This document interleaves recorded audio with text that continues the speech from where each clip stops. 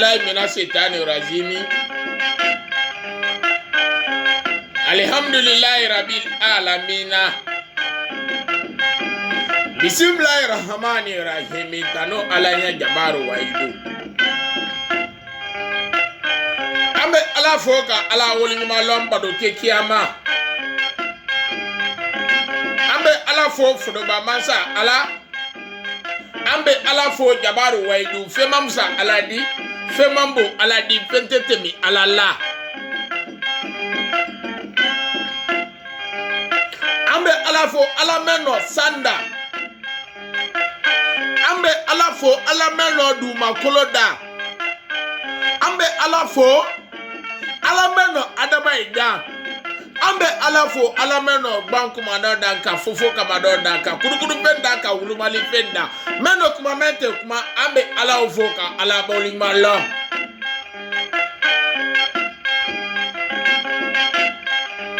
Ambe alafo Danife damansa ala danife nita ba ala ambe ala foka ala woli malo fe mamsa ala di jabaru waidu ala kelempele barote kiyama jana nga kuma dalaga amba srangara mola bokokra mo folo ala ledi no boda ikra mo flana mundi meita la ka loni yaki la ka loni taka bre koro ba kuma fana ta loni ni nyama kuma la di kono ti gbana na mi sera dola me sera ngra mora na mor jeli din bilbil ba ku ya tedi kukuba ni banta ma nyani ngane ni kamasiga gelia na to ku ya tela gelia wa to ku ya tela kafra bonda sabala musa masama ni baturumuri segudin de na gene de mor jeli bilbil ba din gata kuma la ni franci afadi mandala moni mogode de fembela fo jangro ala ma fadi la silama ngra mo flana aledi aboko alako ba le no kuma ta ka don da ko barka villa complexe le na kanga ko ngata ko no san lolo magistra makuranza ko li malon bali ala ulama le sabu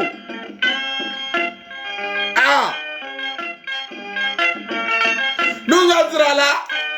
mbesra jona wala adama fadama kon ledi mo kon de fodo kon de ni ala fodo kon de kula amra ma fingala la ababa de ala kasilungile ako barka kanga nyanguru to nya ko barka kanga mo de sba to nya kale kala loni kele ko ka nyom mo ima fente mo me ko ka nya mo ima metroni fodo kon de ngo ma sale femba do to nako na adama fadama kon de kurma musoike ko barka nyara kuma tala ka dunda ko noti bana mi sara dula bado te kiyama ambe miliki damando bado te ngama doli ya ulo ngama doli ya medane ngakuma mensara alala kan sara ngara moila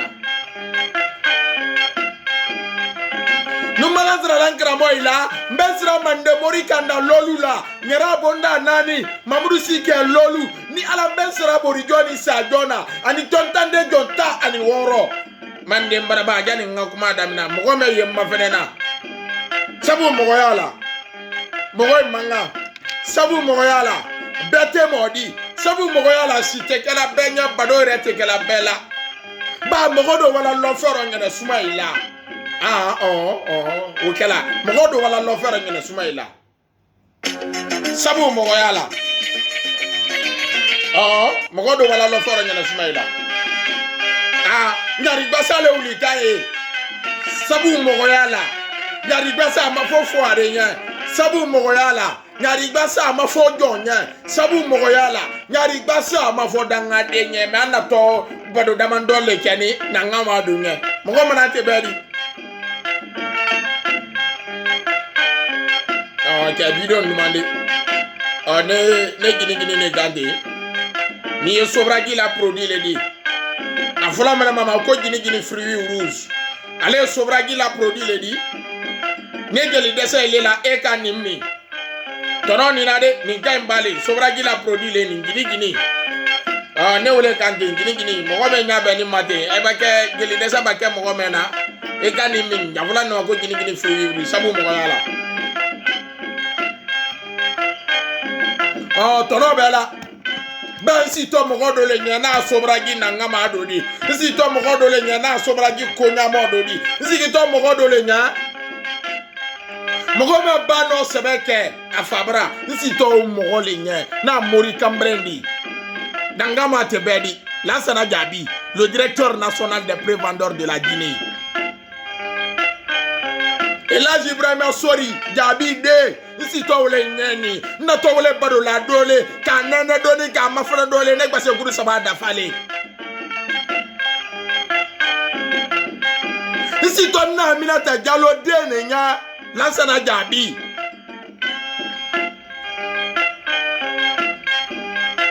Merci. Kamara muso Kenya, Asu Kamara, Ken. Kamara banani makabana sibikani tabu kamagira soma kamale munkambo kamagira telero kamade munkambo kamagira urala kamade munkambo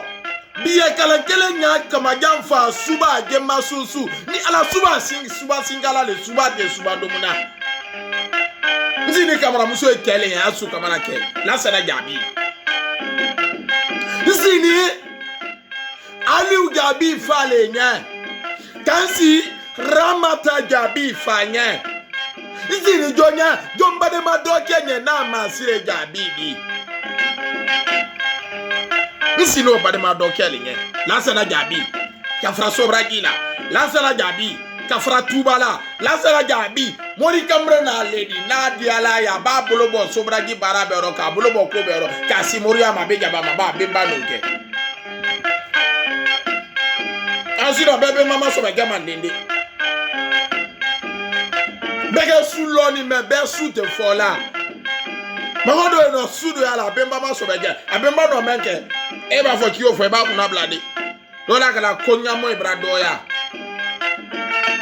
Nya modene bra wora.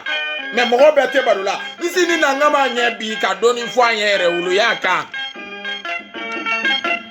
Mo go rali tariku la dana.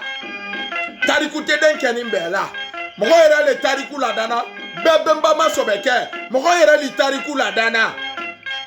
sabu mogo yala mogo mena mansia sino de qualité damando le wolola me beta londe o nyamode ye nangorode ye nangorode ye ere wolo ye ni ala den sunani wolola même si ni ere wolo kamere ne sina mogo men ba no sobeke ya fabra na mina da jalo ko ni wo ma no sobeke Elaji Ibrahima Jabi bra ko dendo ka wolo fendo kabo ile ro men kapsa ire di ba mogo ala tra la ko fen kaburo men kapsa ire di no ala na amina tanim Elaji Ibrahima Jabi no semen kele ni ala fendo bra surombi me bonairo men kapsa ire di men be kedinya mara mansadi ni ala ma duya mara ma be la gine mara ala ma la gine mara dingra do bra karfala ni ala kabo la gine ma ko abla an kudo ma kabo la gine ma ko abla zero guru wo dingra bra karfala seli bragali prévendeur ni Conakry kabo Conakry kabla nala mamuna kabo mamu kabla kanga kabo kanga kawa kisidu kabo kisidu kawa zire kure ko abla sigrina lero kure mali mugo me o be prévendeur kuna sino ole nyana Lansana Jabi mon directeur national sabu mogo yala Lansana Jabi beto wole la sabu mogo yala Lansana Jabi nangama tebedi sabu mogo yala Lansana Jabi bete modi sabu mogo yala Lansana Jabi mbi bado le doni bado te kiama mbi bado dole bete wole la mbi bado dole mogo mana tebedi mbi bado doni re wolo tebedi mbi bado doni horo tebedi ba neno alo horo kambre nidi mbi bado le dole kaira ki la ka fo ko mogo ile bala nyoma ino bebe mbako ni maso begedi isi ni era wolo le se la nsa wani koju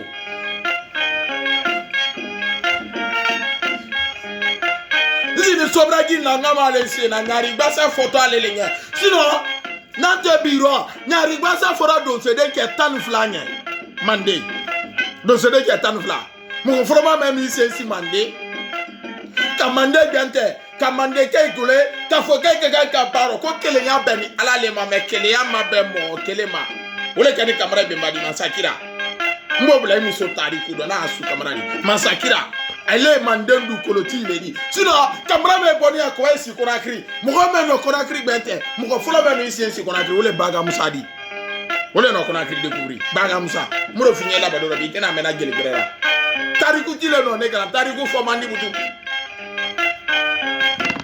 Oh, tariku fomandi butu. Ambe mogo ile bado. Ambe nangama ile bado. Mogo mana tebedi Lansana Diaby.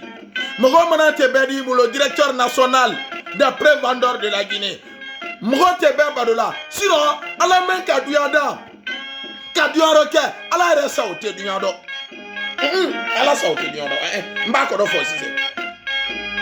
Nous n'avons pas la sa o te duyado. Wodi di mogo fo ala. Ni ala kimina kimla kasola kila tuno. Ala ngana ala te kumala. Somaka ibakala ni ala abi kunte ki kumbo ekana kila don kiama ala nyana ala te kumala sabu mogoyala morikeba ibakala ni ala abeki tabuta ki haramu kila don kiama ala nyana ala te kumala so wali lola mogo dala na la morfa ka mogo fa ala nyana ala te kumala ni ala saudi aradi ala te kuma amba se kiama manya bo ala no dia ala tate dia di ah, mbo finye la baduro. Sabu mogo ya la mogo ile bala nyoma.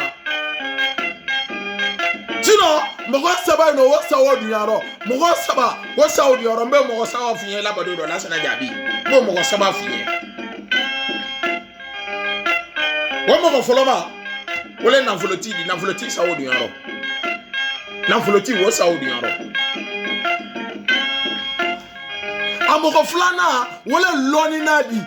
na saudi yaro ekera somadi ekera moridi ni ala ekera loni fabondi e saudi yaro amo sabana wole dati bi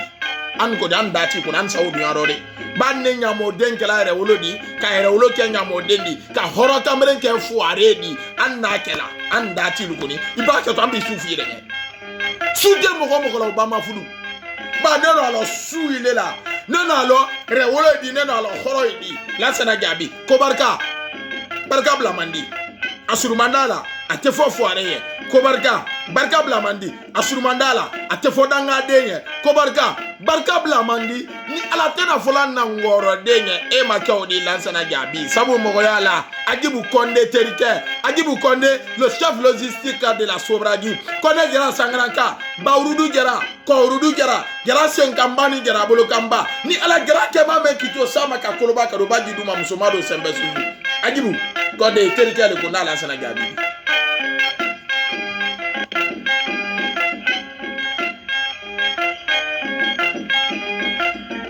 ame barka bla itomanya itolani mogo mena na Lansana Diaby di kabo fria ambe barga bla ba mogo bate mogo mena ti den tolala ibala mogo mena iden tolala o la Lansana Diaby kabo fria tomano di ambe barga bla la badoro kabarga bla furu so branya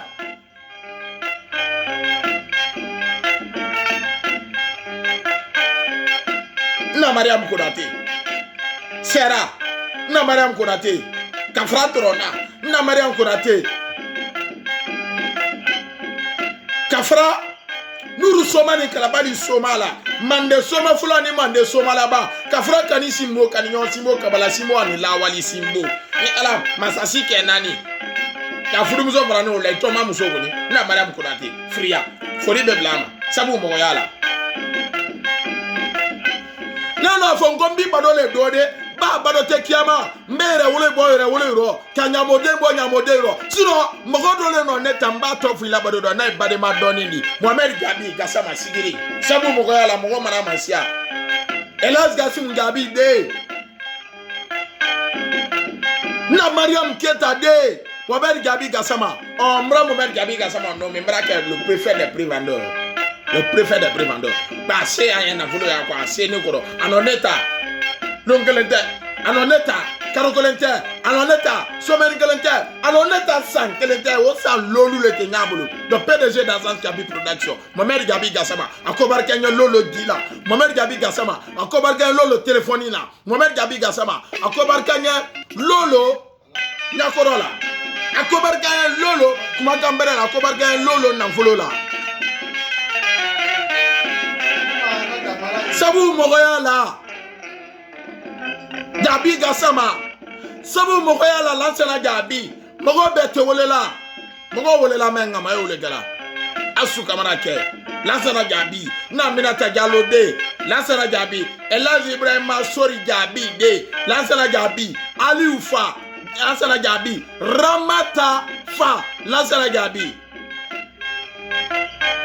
Masire doke, Lansana Jabi, Mogo bete wolela, Nangama Tebeli, sinon ala no dunyada fara rombla ka sanda fara rombla ka duma kulo dan fara rombla ala banko dunyada na ando dani folo mo mema rabade ana folo mbemba damale ma ona kama kasi ala nye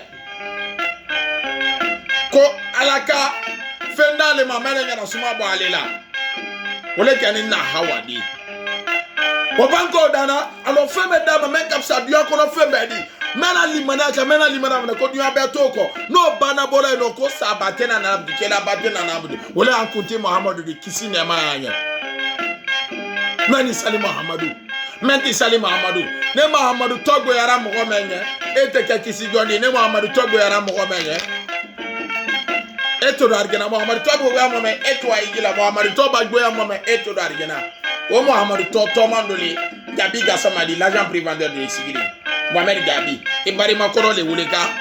na Lansana Jabi di bete modi basenguru sabasi la kandoli la na Aminata Diallo wolo no basenguru sabasi la kandola no ala basenguru sabasi kamera o kamera Jabi ka folita ka di préventeur fefenier la Guinée ka folita ka de bema onere terike no anona dia nyama yemu kan kuma kan dia e mai wole bala musadi bala musani bala sa bali ni bala kunu bali imama ko mbra bala na mbra bala bla ima bala watola bala bra madimi kanani wala fula bala menadia me mo ye sabale fola ke bala musa muro ki gansari ino nadia e man yemunu tiaro de ambe foli bla nya ka foli bla la gina préventeur be nya ka foli bla ko nyamo nya ka foli bla sobraji barala kene muso be nya ka foli bla be nya Andre Ella Rangama Dole qui a été le directeur national de tous les prévendeurs, Monsieur Lansana Jabi, à son excellence. Ambe Foli Dakadama, Nitra Bodo Ninedi, mais Atena Menambedo Konakri Ko Abado, à la famille Kono, moi Bado, Lansana Jabi, moi Bado, moi les camarades dit moi Bado. Ba wolo le di mbi baro nyamo dem baro mandi ere wolo le baro la na alo ere wolo le Lansana Jabi ka fra sobra gila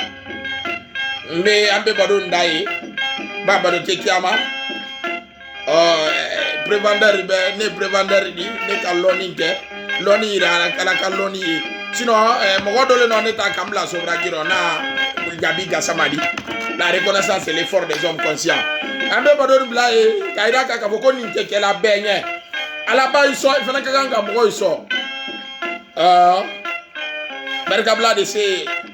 bema medra na gbela 4 teme ya na mena ambe foli ta ka de bema wati mena kaira ka ela geli kele dre ela nyara kele dre Mohamed MK kavra gangana isi ni dre na ngama aliye sabu bogo yala bega jini sa ninga ko